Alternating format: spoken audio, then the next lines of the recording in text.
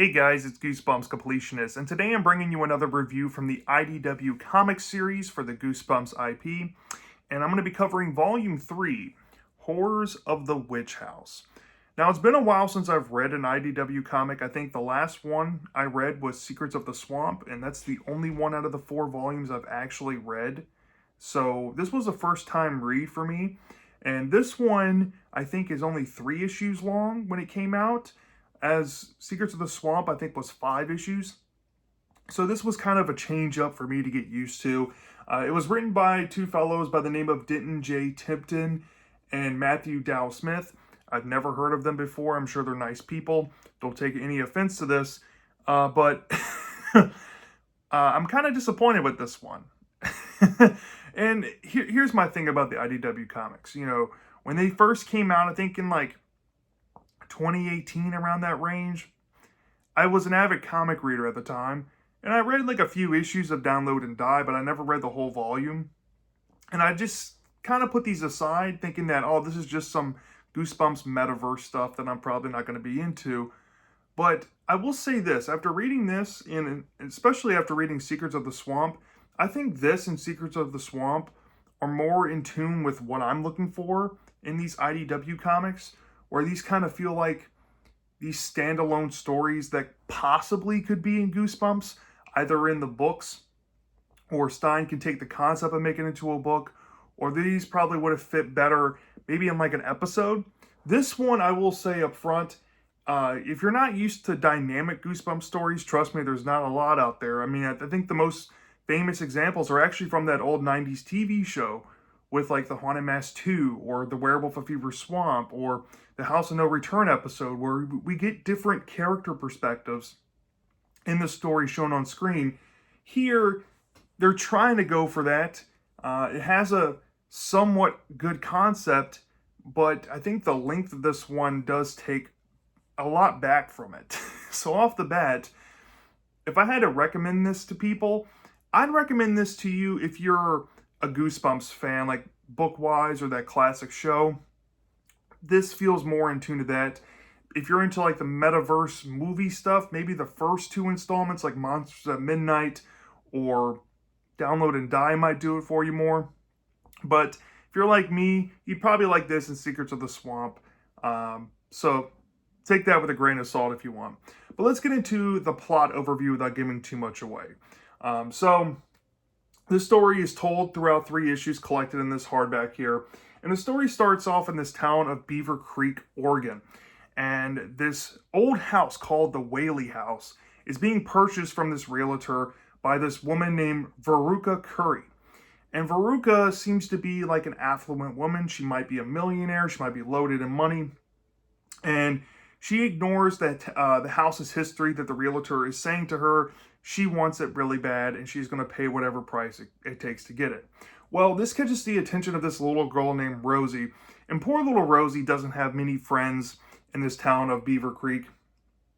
And she goes to school that same day after seeing that Veruca had bought it.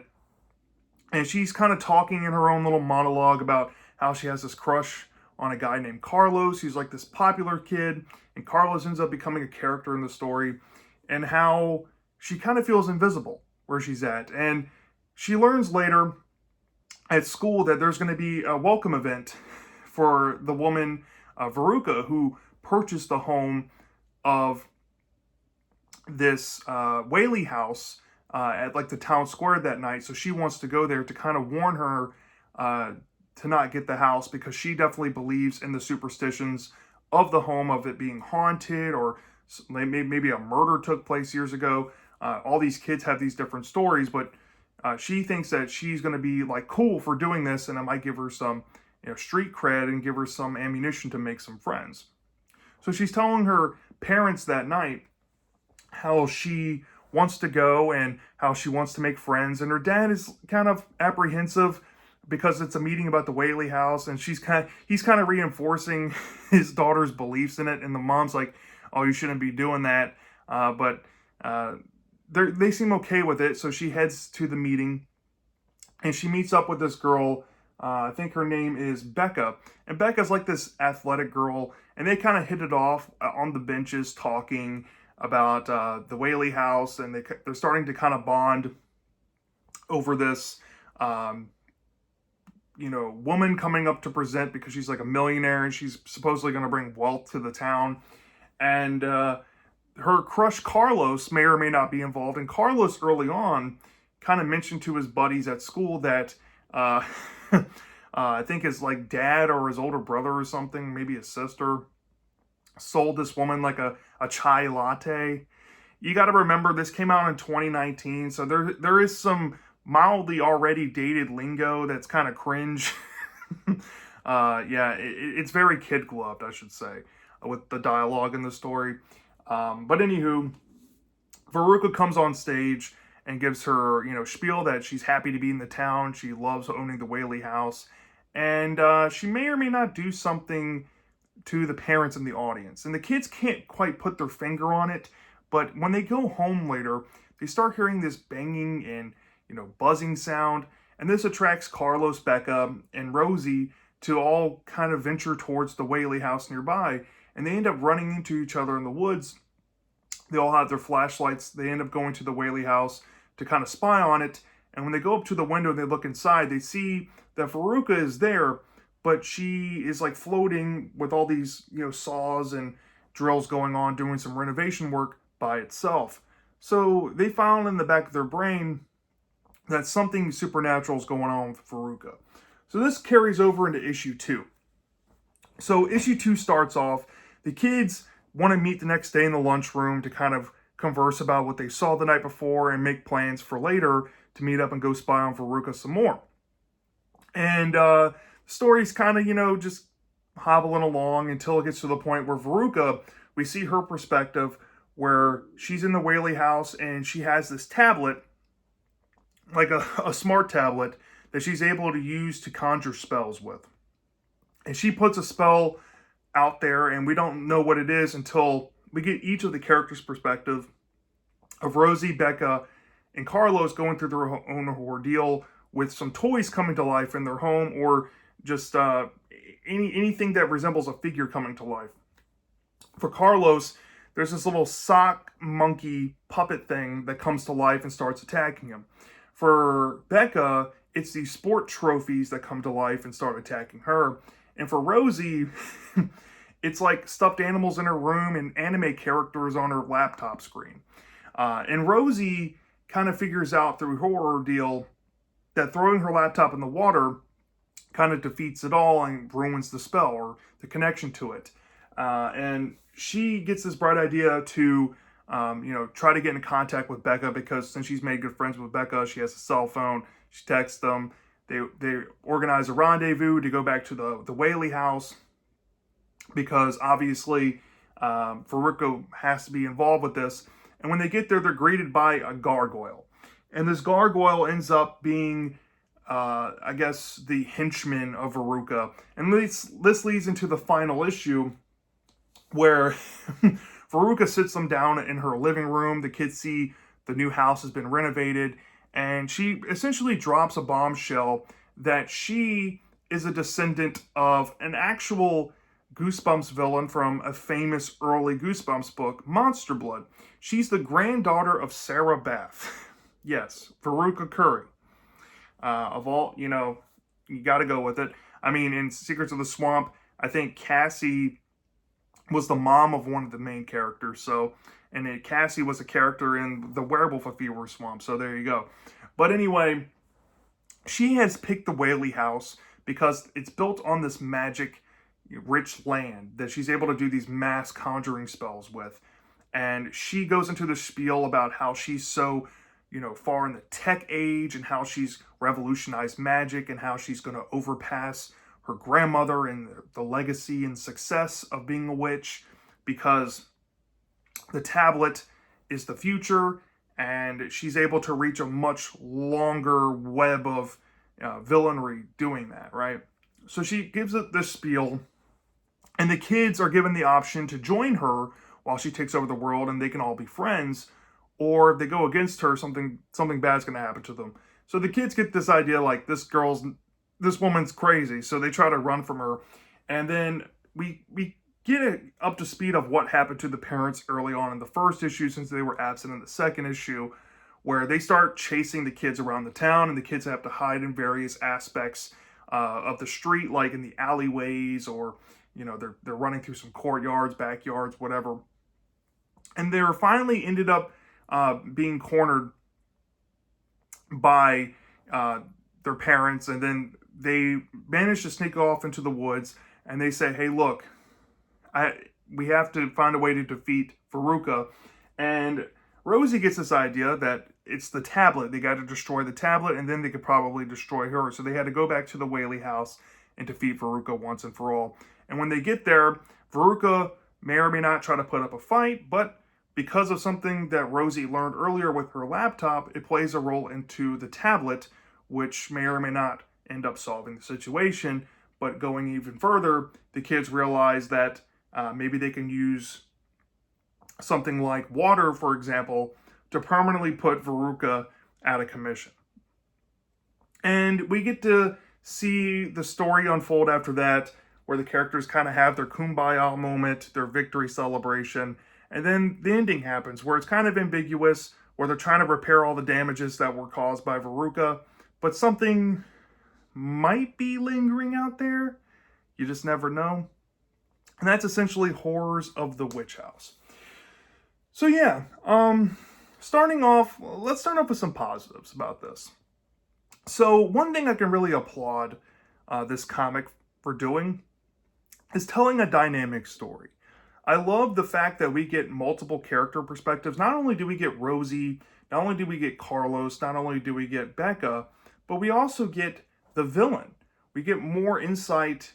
I mean, not the greatest thing ever, but we do get to see how Veruca is on her own and how she thinks. And while the characters aren't the most fleshed out thing, I can appreciate this as like a shake-up to the normal Goosebumps formula, where we're constantly given the monologue of a character, or sometimes a third person, where we're not getting as rich of a thing going on.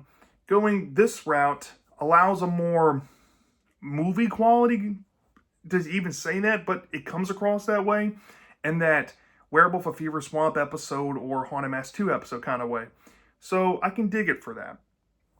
Second of all, I do like that the writers here, Denton Timpton and Matthew Dow Smith, decided to go with a witch for the villain of the story, because Goosebumps, while it does have some witches, they're mostly in the classic era. And in the modern Goosebumps lens, you never see witches as a villain. And to have a character be the granddaughter of an iconic witch, actually the first one in Goosebumps, Sarah Beth, I think is kind of a fun note, for this comic series trying to be more in the metaverse with it all. I think that's a fun twist to have, and I think it gives it some charm and some identity. So I like it. I like the concept of having this house that's built on the foundation of magical land. Why is it magical? Who knows? It's never explained. That's kind of a detriment, but it's a fun enough concept to get behind. And it kind of ties into the third overall positive I can have that's a pretty solid one, is that this book has some decent atmosphere going for it. For this being like a town set in Oregon, you get to see lots of scenery. You get to see the woods. You can see the town square. You get to see the school. I mean, it's not a stale book whatsoever. It might seem kind of generic, which it kind of is at times, but it does play into a grander story. At least it's trying to, for a 3-issue comic. And I can appreciate the swings here. And, some little things here. I do like some character emotions in here. Rosie, she wants to meet friends. Becca, I mean, she's not the most fleshed out character ever, but her whole thing is that she's competitive. Carlos is kind of stuck in this mentality where he wants to kind of protect his image and his popular image. And when he's hanging out around Rosie and Becca, he's constantly worried about what his friends think of him. So these characters do have some relatable traits to them, although they don't really stick out and there's no real clear narrative or believability in their friendship as they go along, which is a negative. But they do have traits to make them at least empathizable.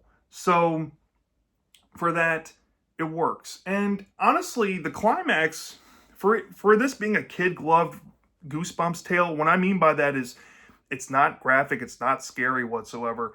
How they ended up dealing with Veruca was actually pretty metal. In that, like, Aunt Dahlia kind of way from an old story, or maybe Sarah Beth way, which I think is a fun homage to that. But yeah, I mean, I like the way the climax wrapped up. So yeah, I had some pretty solid positives with this. However, negatives, I'll start off with the most blatant thing here, right? For me, the characters and the relationships that they form throughout the story aren't really that believable, right? We get multiple perspectives of Carlos, Rosie, and Becca, but their friendships kind of feel forced. And maybe that's because of the pacing here. I swear, if they had maybe like two more issues and made it like a 5-issue miniseries, they could have fleshed this out a whole lot better and done more with these characters. Rosie has this whole thing about having a crush on Carlos. We never see anything come to fruition about that. We see Becca and Rosie exchange numbers, and they act like all of a sudden they're best friends, but it's not really that believable because they hardly hang out. And then Carlos has this whole arc where he's caring about his self-image, right? And it plays into a thing near the climax, but like, does he really grow up? Does he really have an arc here? I mean, it's whatever. I mean, that's how I feel about these characters. They're empathizable, but they're whatever. They're caricatures, and they're here for that reason. Because it's only 3 issues, they can't go into too much depth. There's kid gloves on. I get it. You know, they're trying to translate what they could get away with in Goosebumps graphics under the graphics label, where they're trying to make comics to Barnes & Noble and Books A Million, as opposed to going IDW and actually getting these into brick and mortar comic shops. So I can tell that Scholastic was maybe apprehensive with these earlier volumes, at least the first 3. But yeah, that was an issue. And that kind of plays into another thing I noticed here. There is some cringy ass dialogue, y'all. And I'm sorry for cursing, but oh my lord, they're talking about chai lattes. There's a line from Veruca where she's saying hashtag spells or something like that, and it made me internally cringe. This is like something that would have come out in like a 2013, 2014 YouTube skit.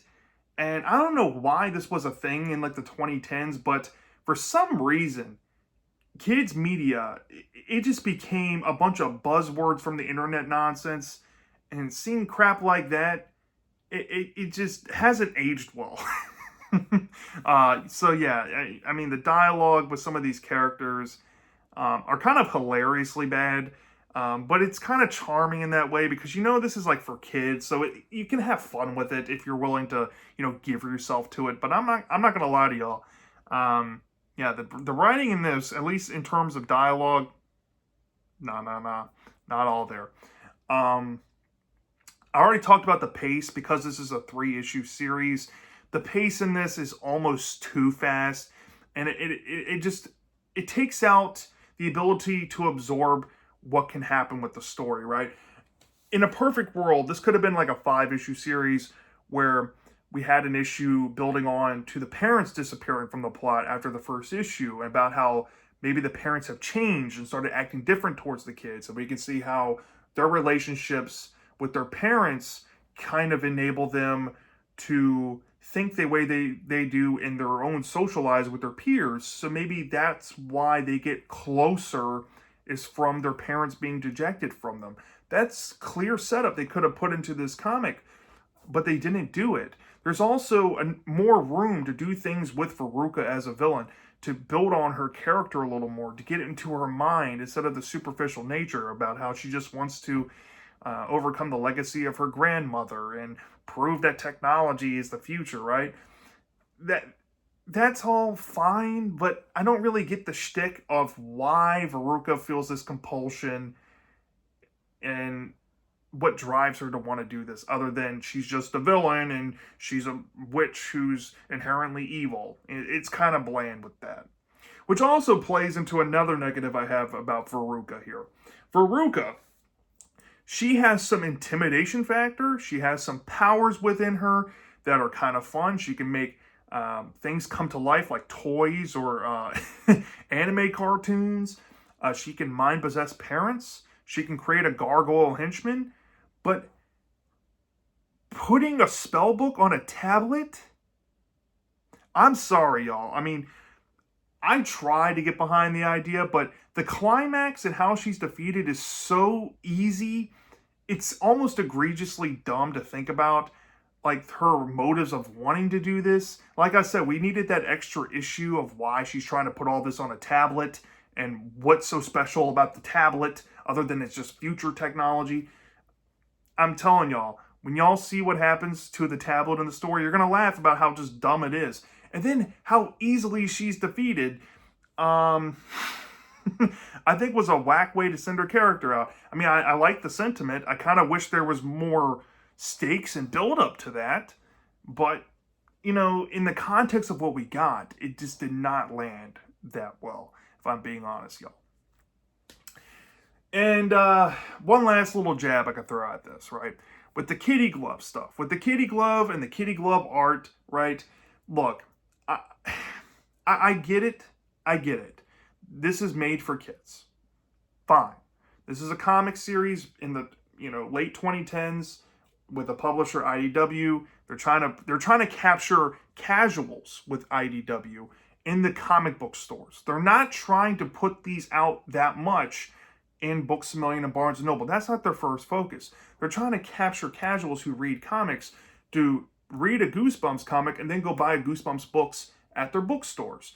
Now, you could have found these in Books A Million and Barnes & Noble, and that's fine. This would have fit right, neat, and nice in those bookstores. But I'm telling you, in a comic book store, this looks hella lame. And I can tell you from experience, this is probably why these comics did not sell well. Or if they did sell well, they only sold enough to keep going for 4 volumes before they had to fold because it was just not lucrative enough. The art style in this, no offense to Chris Finoglio, I think that's how you say their name. Art style is fine. Here, I'll show you a panel. The art style is fine. It's fun, it's kooky, it's zany. But is it Goosebumps, right?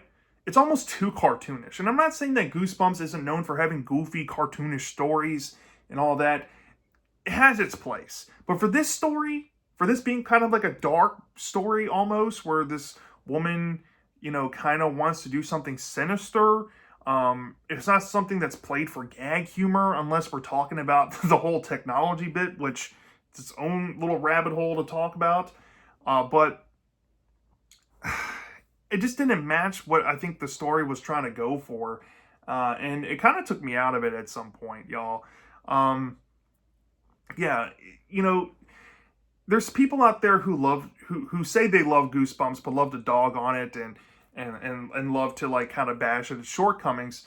But I say that Goosebumps deserves a little more credit than this, I do think that Secrets of the Swamps art got progressively better than this. I would take that art style in every series or incarnation of an IDW comic series over this style. But for what it was, it worked. But it worked on a technical basis. It did not work for the theme of the story. So all in all, Horrors of the Witch House. I said I'd recommend it, so obviously it got a C or higher. But if I'm being honest with y'all, I didn't like it as much as Secrets of the Swamp. Now, Secrets of the Swamp had its own shortcomings and its own frustrations with it trying to be a sequel to Werewolf of Fever Swamp. You put Twilight werewolf tropes in that really sunk it for me. But I was more forgiving on that than I normally would have been because of the art style was really good. And I did think some aspects to it really did work and really did pop. Here, I think in almost the same vein, but there's more wasted potential here than people probably would notice, without going into it. Because, when you have a good concept like this, but you're only given 3 issues to run with, you can only fit so much in there. And hindsight's 2020. A lot of the times, this needed 2 issues more to make a 5-issue story here.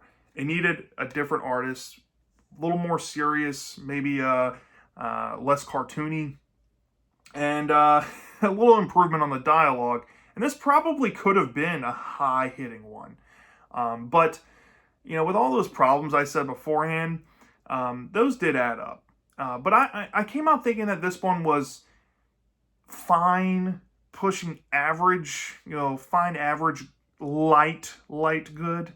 So I gave this like a 3.6 out of 5 stars, and I only deducted 1.4 off the top. I would take this over the metaverse stuff, I'm sure, that's in Monsters at Midnight, which I've heard from many people that was pretty awful. So, yeah, I don't know the general reaction to this. I'm sure if you've read this, you'll probably let me know down in the comment section. But I did enjoy this one. You know, coming from somebody who loves aspects of comics and has liked Secrets of the Swamp and Horrors of the Witch House, I'm kind of curious to see how I'm going to react to something like Monsters at Midnight or Download and Die when it features more metaverse stuff, which I'm not really that big of a fan of in the Goosebumps movies, which is why I stigmatized them to begin with. I didn't want anything to do with them because of that, let alone the behind-the-scenes arguments going on about the IDW comics, which I'm sure people would bring up in the comment section. But nonetheless, I gave this a fair shake, and I came out enjoying it for what it was at times and saw its potential. And at the end of the day, this takes like 25 minutes to read, and it's harmless. So yeah, that's my thoughts on Horrors of the Witch House. Let me know down in the comment section if you've read this before. Do you love this or do you hate this? I'm dying to know. And I'll see you next time.